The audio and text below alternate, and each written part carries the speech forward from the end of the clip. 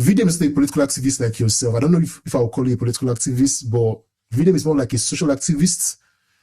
I don't know in that moment, but the point I'm making is I like the fact he's going after those who take money for part. They don't fulfill their job, the skincare vendors and that. Oh, okay. That's okay. I like that. Because the VDM that currently exists is celebrity adjacent. No. The point I'm making, I like the fact that there are people who have been celebrities who have been taking Nigerian people's money and or skincare. Okay. I like that people can say, I'll report it to VDM and you quickly do the right thing and get your money back. Okay. I love that. We need people like that. Right. Is he gonna make mistakes and do some things that, of course, but he's a human being. I'm sure. And one thing I love about you is the fact you're honest. You're intellectually honest.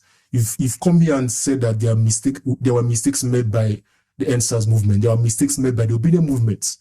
Who many of them are your friends. So the point is, it's important that we have people like yourself, people like Seun Kuti as well. I know you've had your qualms with him, but I'm putting you, Seun Kuti. Sowore is a friend of mine. I love him. I respect him. But people like this are important if Nigeria is going to move forward. I agree. You may all not agree on the same issues, and you shouldn't even agree on everything because we're all human beings. We have our different dilemmas and different thought process and whatever. Yeah, my question now will be enough of what I'm saying, and my question will be one by one. Let's analyze these characters as we end. What do you think of VDM?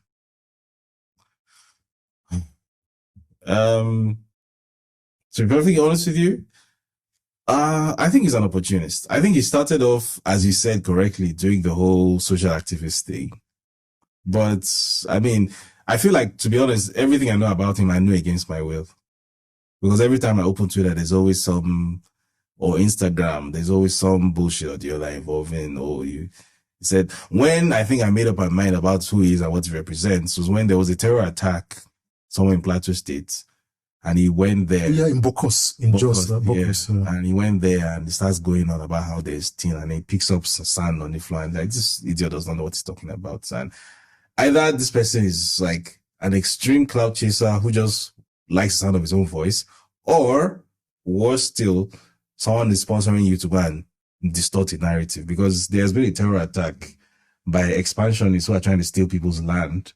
They are going there and trying to muddy the narrative. It has nothing to do with minerals and natural resources. It has nothing to do. This is a part of a long-running series of terror attacks against these same communities, and the goal has been stated for a long time. We know what the goal is. Certain people want to replace certain populations. Yeah. So coming to muddy the narrative and start talking about whether there is tin or bauxite. What is your goal? What are you hoping to accomplish by doing that? Especially when you are not in any way informed on the subject. You're just some guy who put on his phone camera one day and start uploading videos to social media. What is your qualification for going to Bokos to go and sort of muddy the narrative surrounding people's lives there? So nah. How about Sowore? Sure, Yele Sowore is someone that I actually have a lot of respect for. Exactly. I was gonna say, because so many things on this podcast, he will say the same things. I actually have a lot of respect for him. Where I guess we differ, and we do differ on this a lot. Where we differ is, we differ on two things. First of all, I'm trying to frame this without sounding accusatory. He's affiliated with the Ford Foundation, right? Okay, I've read it on his Wikipedia. I read it on his Wikipedia a few years ago. So the Sahara Reporters is CSO funded, basically. Okay. Funded. So, I have a big problem with American CSOs. Yeah, for good reason. Yeah, with very good reason. Yeah.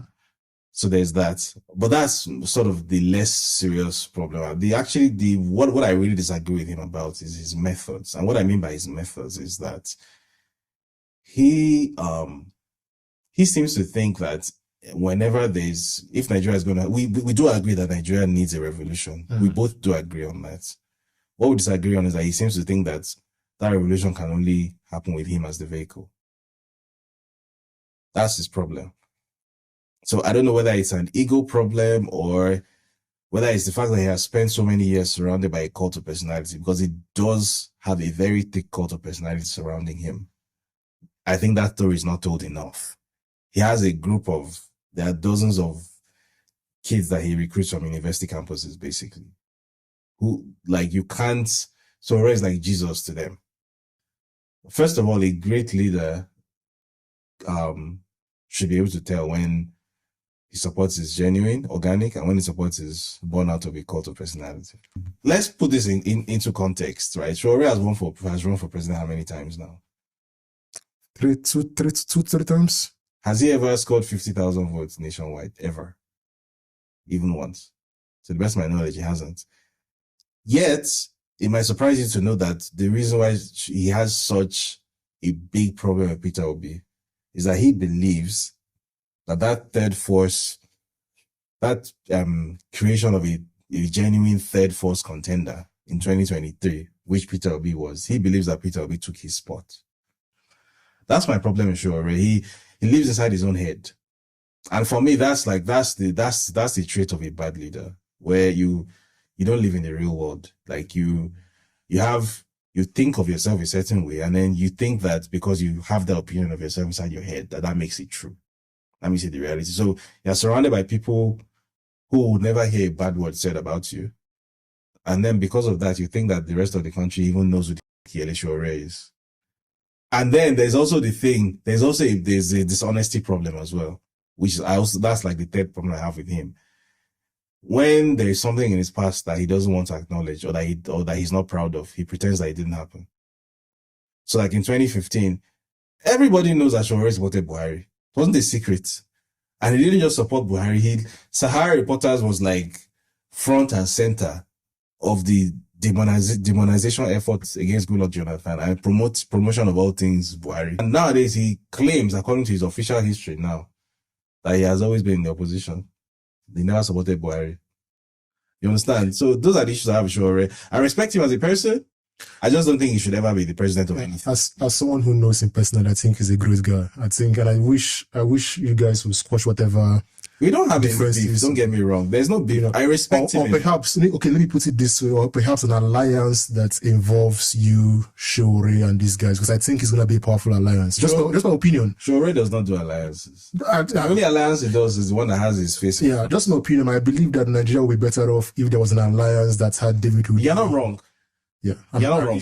I'm sure. Yeah, you're not wrong, and I have no problem working with people. I don't need my face to be at the front of anything. That would be a powerful alliance. Imagine having you, Sowore, VDM, Seun Kuti. I wish you would not keep putting that VDM inside that bracket. But actually, an insult to Sowore and Seun Kuti to put VDM inside that bracket. Okay, who is VDM? Sorry. Let's talk about how about Seun Kuti finally. I don't have any problem with Seun Kuti. Okay. Seun is the problem I had with him, which was around the election period last year, I think was also down to his affiliation with the Sowore people. Okay. Because I think they had a similar problem. But I think unlike Sowore, Seun Kuti is a lot more... Seun Kuti lives in the real world a lot more. I love him. He's a cool guy. I had him on the podcast. I don't think Seun Kuti is not the kind of delusional person that thinks that he's going to run for an election and win tomorrow. He has his own political party. Yes, he does. But he sees it as a movement, not as a, I mean, just to conclude on this topic, I think imagine an alliance that has these characters is going to do a lot of wonders.